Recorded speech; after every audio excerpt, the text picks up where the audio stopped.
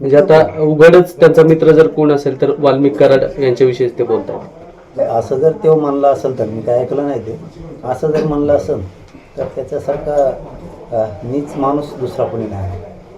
तर संतोष भाईची इतकी तो जर म्हणत असला की मला कोणी वाचवते तर त्या धन्यात का दुसरा नीच माणूस या पृथ्वी तलावर दुसरा असू शकत नाही. तो मित्र असो किंवा ते स्वैर असो, वाईट कृत्य जर केलं तर त्याचं कधी समर्थन करायचं नाही. आणि त्यातले त्यात आता तरी अजित पवारचे डोळे उघडले तर बरं होईल.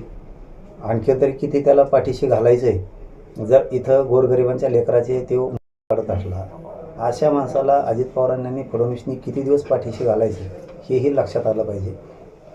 परंतु समाजालाही सांगणं गरजेचं आहे की एक गोष्ट लक्षात ठेवा, मग जात कुठली असू द्या, महाराष्ट्रभरातल्या सगळ्या जनतेला सांगतो आणि विशेष करून मराठ्यांना सुद्धा सांगतो की बघा, याची शब्दातून का होईना जर तो मानला असेल तर शब्दातून का होईना उघडं पडलं, फक्त आणि फक्त गुंडगिरी, भ्रष्टाचार करणं, लोकांच्या जमिनी हडपणं, कुणाचे प्लॉट हडपणं किंवा दारू पिऊन पोरांना त्रास द्यायला लावणं, त्याच्या समाजातले काही लोक हे गुन्हेगारीकडे वळून त्याच्यातून फक्त आणि फक्त पैसा कमवायचा, कोणालाही ब्लॅकमेल करायचं. मग मंत्री असेल, सरकार असेल, अधिकारी असतील किंवा मराठा समाजासारखे नेते असतील काही, यांना ब्लॅकमेल करायचा आणि स्वतःचा संसारच मोठा करायचा आणि त्यातून तो काळा पैसा, पापी पैसा उभा करायचा आणि त्याच्या लेकरा बाळासाठी लावायचा. ही इतकं भयंकर पाप तो करत होता. जर तसं म्हणत असेल तर लोकांनी एक गोष्ट मात्र खूप समजून घेतली पाहिजे, किती पापी वृत्तीतून, किती गुंडगिरीतून ह्यो पैसा आणि राजकारण उभा करत होता. असले राजकारणासाठी आणि लोकांसाठी, जिल्ह्यासाठी आणि जनतेसाठी असा माणूस अजिबात चांगला नाही. इथून पुढे तरी लोकांनी डोळे उघडलेच पाहिजे. आणि विशेष करून फडणवीसने, अजित पवारने तरी आता डोळे उघडले पाहिजेत. नसता याच्या पापात तुम्ही सुद्धा खापण. पुन्हा ते म्हणालेत की काय चुकलं असेल तर न्यायालय बघून घेईल, म्हणजे न्यायालयाकडे पुन्हा बोट केली. त्याचा अर्थ तोच आहे, त्याचा अर्थच तो होतो.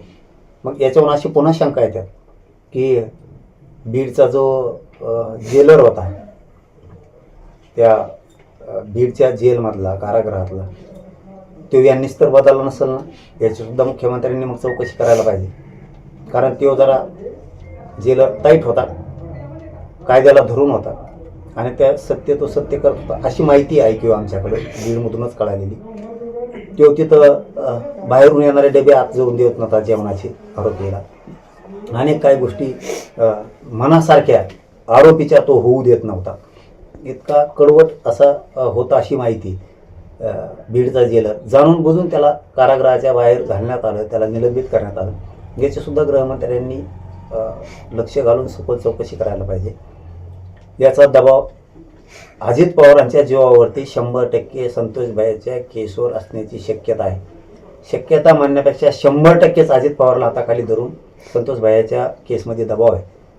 पण अजितदादाला आणि फडणवीसला सुद्धा सांगतो, संतोष भैया देशमुखांच्या प्रकरणातला एक जरी आरोपी सुटला तर याचे दुष्परिणाम तुम्हाला वाईट बघावं लागणार आहे, लक्षात ठेवा. कारण हे जर जाहीर असं बोलत असला तरी सरकारसाठी आणि जनतेसाठी घातक आहे. असा गुंड आणि गुंडगिरी चालवणारा आणि अशा टोळ्या सांभाळणारा हा माणूस, याला सुद्धा आता जेरबंद करायला पाहिजे. याला सुद्धा अटक सरकारने करायलाच पाहिजे, याची चौकशी व्हायला पाहिजे. माझ्या मॅटरमध्ये चल म्हणा त्याला. मग आता घातपातच मॅटर होतं धन्याने केले. चल ना नारको भेटला, मी किती कोण भरलोय यायचं भंगा. चल ना, वाट बघून बरी आली. किती एस ठेवकल्या आपल्या नारको भेटला, जायचं आपल्याला. चल, लपू नको, बायासारखे चाळ्याने करायचं मस्त.